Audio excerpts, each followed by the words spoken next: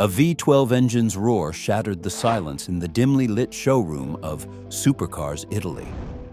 The sound bounced off the glass walls, sparking brief metallic glints across the sleek bodies of the displayed supercars.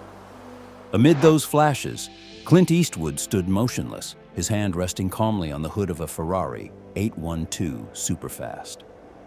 "You've underestimated me from the very start," he whispered, his voice low and cutting.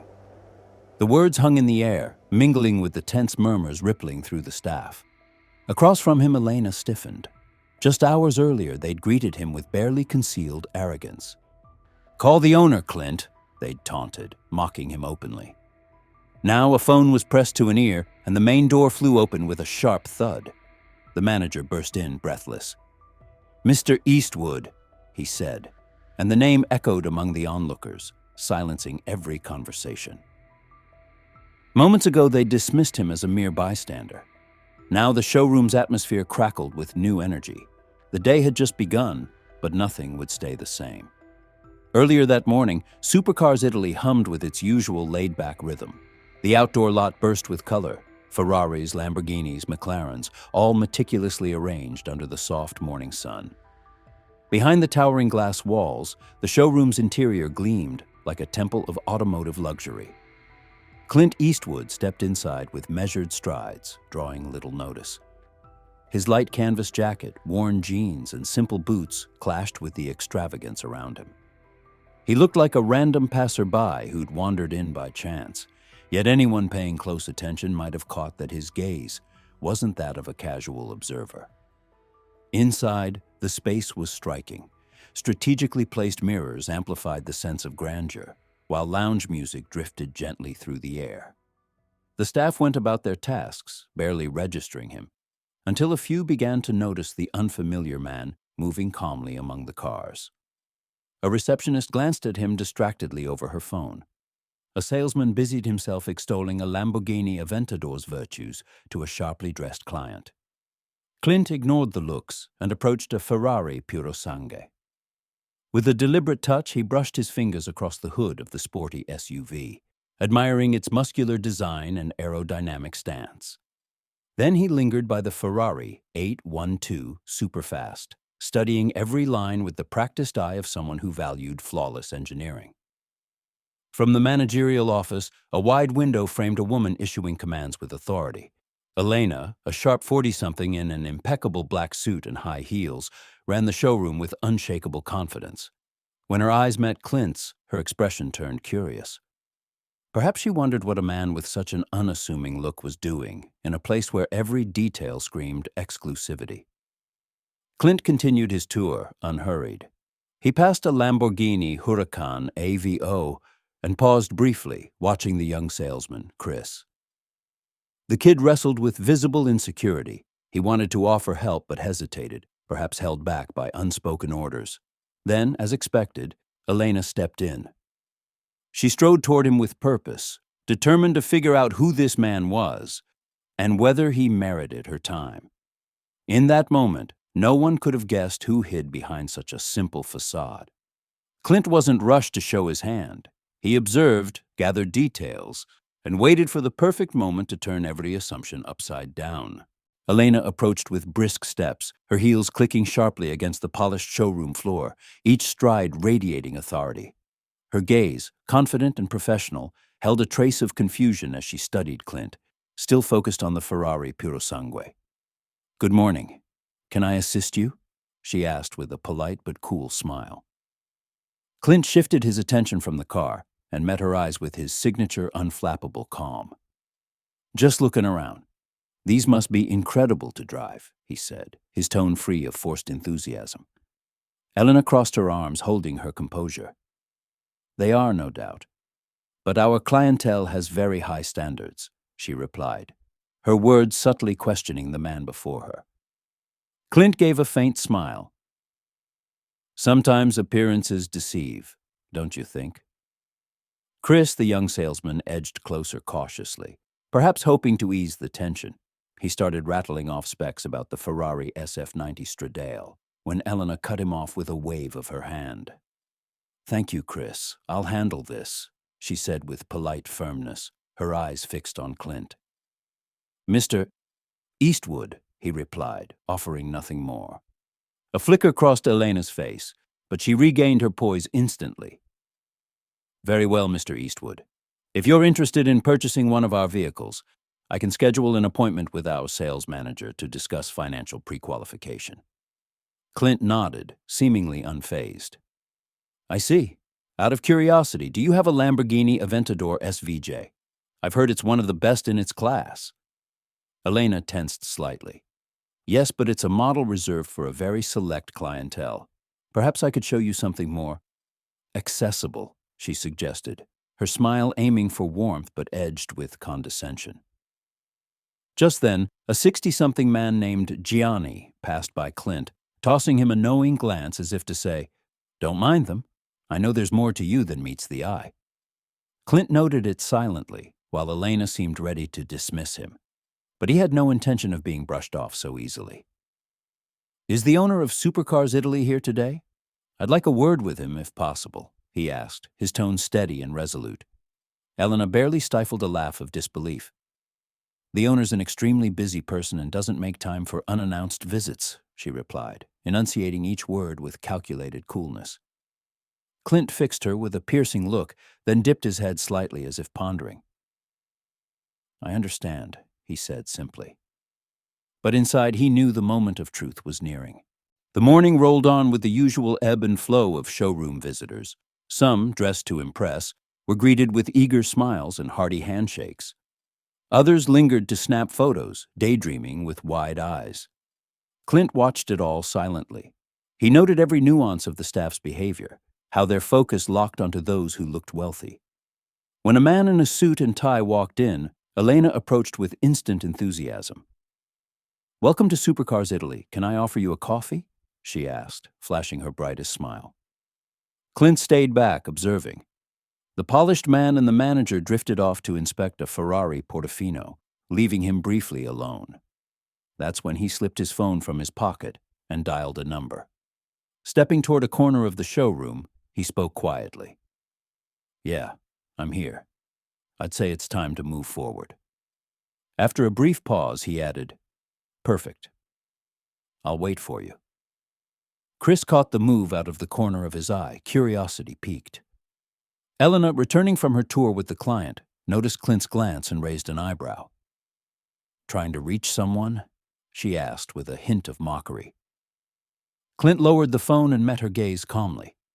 "I just spoke with the owner of this dealership. He'll be here soon." Her lips curled into an incredulous smile. "Really?" she replied, amused. "Even I don't reach him that easily. He's an international investor. I doubt he'd show up for just any client." Before she could say more, the main door swung open with a sharp bang. A middle-aged man with graying hair and a tailored suit strode in with purpose. All eyes turned to him. Vincent, the regional manager, paused as he spotted Clint, then approached with a respectful nod and a firm handshake. "Mr. Eastwood, thank you for calling me. I hope your visit's been insightful." The showroom fell silent. Elena's eyes widened as the truth unraveled before her.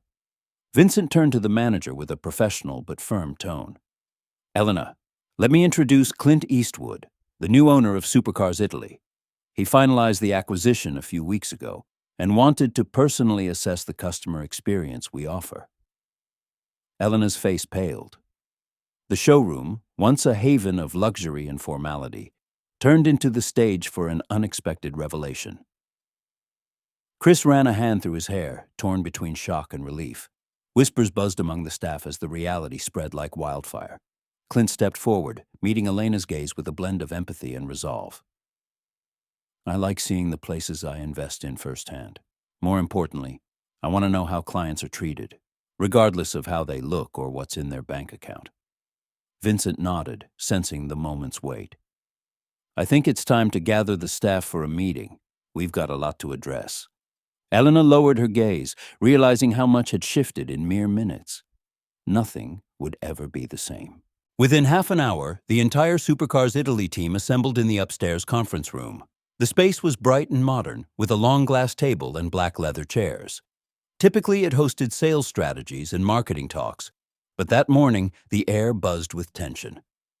Clint Eastwood took a seat at the table's end, observing the group with measured calm.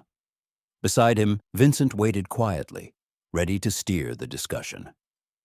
Across from them, Elena sat ramrod straight, visibly tense.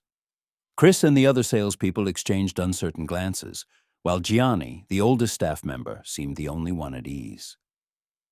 "Thanks for gathering on such short notice," Clint began, his voice steady and firm. "As you now know, I visited the dealership without revealing my identity to see firsthand how we handle clients." He paused, letting his words sink in. Some looked down, others froze. "Luxury shouldn't just be about appearances," he continued. "Yet I've noticed a tendency here to judge people the second they walk in." Elena took a deep breath, knowing the comment hit close to home. Chris, though, found his nerve and cleared his throat. "Mr. Eastwood, can I say something?" Clint nodded, encouraging him to speak. "I've been here a few months, and sometimes it's felt like we only focus on people who look rich. I've wondered if that's cost us sales, but I never felt I could change anything." Johnny nodded in agreement. "I've seen plenty of clients over the years. Some show up in plain clothes and leave with a signed contract for a supercar. Others look like millionaires and buy nothing.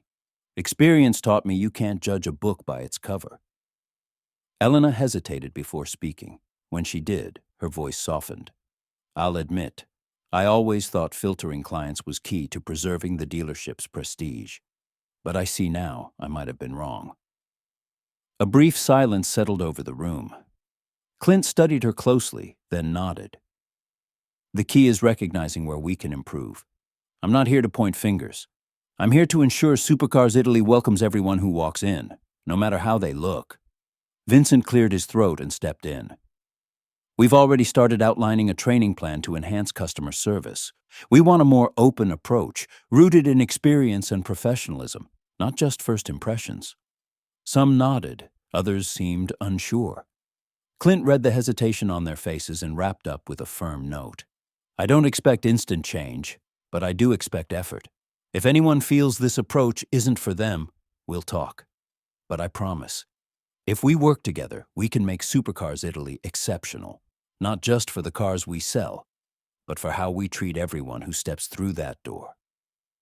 His words lingered in the room. The meeting didn't end with applause, but with a heavy, thoughtful silence. Clint stood, gave the group one last look, and headed for the exit. It was just the beginning of something bigger. Weeks passed, and Supercars Italy began to shift, slowly but steadily. Clint Eastwood stayed in town to track the progress, dropping by the dealership both announced and unannounced. The showroom's vibe had transformed. Chris greeted clients with a genuine smile, no longer worried about prioritizing the obviously wealthy. Gianni moved with the confidence of someone who saw the shift as a return to true business values. Even Elena, once quick to size up visitors with a critical eye, now engaged everyone with the same professionalism, listening before judging. One day, Clint lingered near a Ferrari Purosangue, watching Elena show a Lamborghini Huracan STO to a plainly dressed client. He noticed her demeanor, no rush, no arrogance, just a real effort to understand what the person wanted. When Elena spotted him, she nodded and invited him to her office.